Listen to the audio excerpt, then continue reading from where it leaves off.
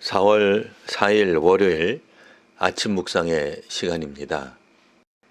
오늘 우리에게 주시는 하나님 말씀은 신약성경 요한복음 15장 1절에서 3절까지 말씀입니다. 나는 참 포도나무요 내 아버지는 농부라.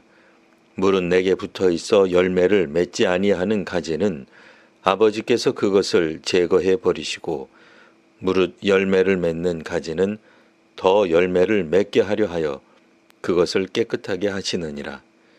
너희는 내가 일러준 말로 이미 깨끗하여졌으니 내 안에 거하라. 나도 너희 안에 거하리라.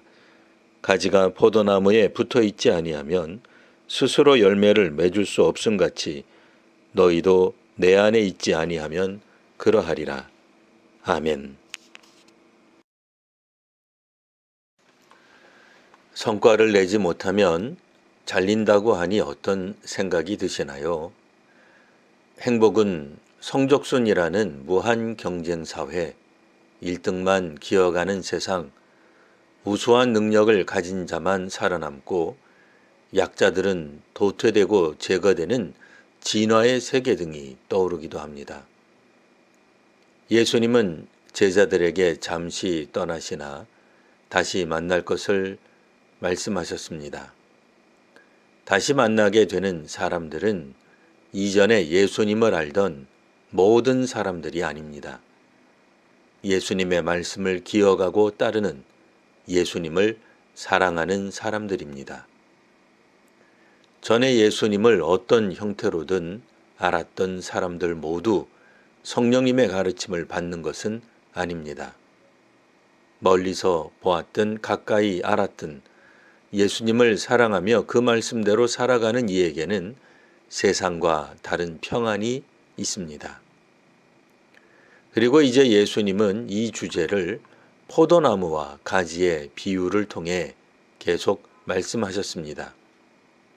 예수님은 포도나무입니다.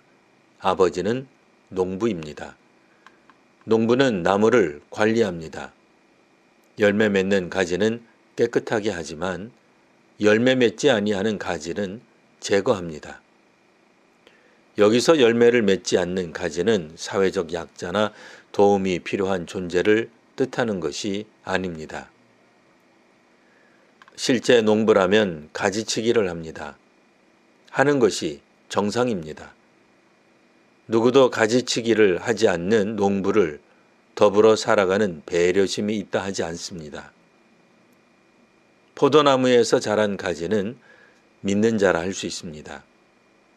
나무에 잘 붙어 있는 가지는 잘 자랍니다.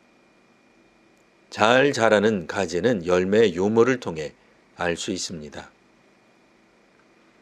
포도나무와 가지는 사회와 조직에 필요하냐 아니냐의 유용성의 문제가 아니라 생명력이 있느냐 없느냐의 문제입니다.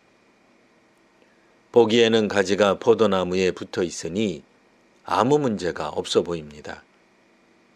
하지만 열매를 맺지 못하는 가지에는 양분과 수분이 공급되지 않는 것이니 곧 마르고 죽을 것입니다. 가지는 나무를 떠나서 열매를 맺지 못합니다.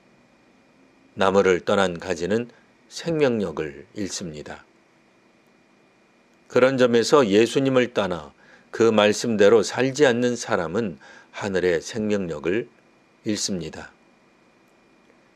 오늘 본문은 농부가 열매 없는 가지를 자르는 일이 예수님을 따르는 사람들에게도 일어날 수 있다고 말씀하는 것입니다. 한때 교회에 출석하였다, 교인이었었다, 헌신했었다는 것으로 여전히 우리가 믿음이 있다고 말하기 어렵습니다. 가지를 치는 농부는 가지들이 붙어 있다고 그냥 두는 것이 아닙니다. 관리하지 않는 것을 공평하다 하지 않습니다. 당시 사람들은 열매 맺지 않는 가지를 내치는 것을 이상하다 여기지 않았습니다. 이는 오늘날도 마찬가지입니다. 신앙을 유지하지 않는다면 더는 믿지 않는다면 신앙인이라 할 수 없을 것입니다. 반대로 예수님을 믿지 않고 기독교 신앙을 따르지 않는데도 기독교 신자로 분류하는 것이 이상한 일일 것입니다. 처음에는 알 수 없지만 시간이 지나면 어느 정도 구분이 되는 가지들이 있습니다. 분위기에 휩쓸려 교회 출석을 했든 필요에 따라 신앙에 입문했든 때가 되면 열매로 확인될 것입니다. 열매가 무엇이냐에 대해서는 다시 숙고할 필요가 있겠습니다만 처음에는 다 제자요 신자였으나 나중에도 남은 자처럼 여전히 신앙에 기초한 사람과 교회가 남아 있을 것입니다. 주께서 다시 오시는 그날까지 복음에 기초하여 믿음 안에서 세움을 받는 귀한 교인과 교회가 되시기를 바랍니다. 기도하겠습니다. 하나님, 제자로 시작하나 믿음에서 멀어지는 사람들이 있습니다. 12제자의 그 이름이 있으나 결국엔 탈락되는 유다와 같은 이가 있습니다. 우리 시대의 믿음의 사람들이 한국교회가 복음 위에 바로 서게 하옵소서. 하나님 나라의 가치관이 한국교회와 사회에 스며들게 하옵소서.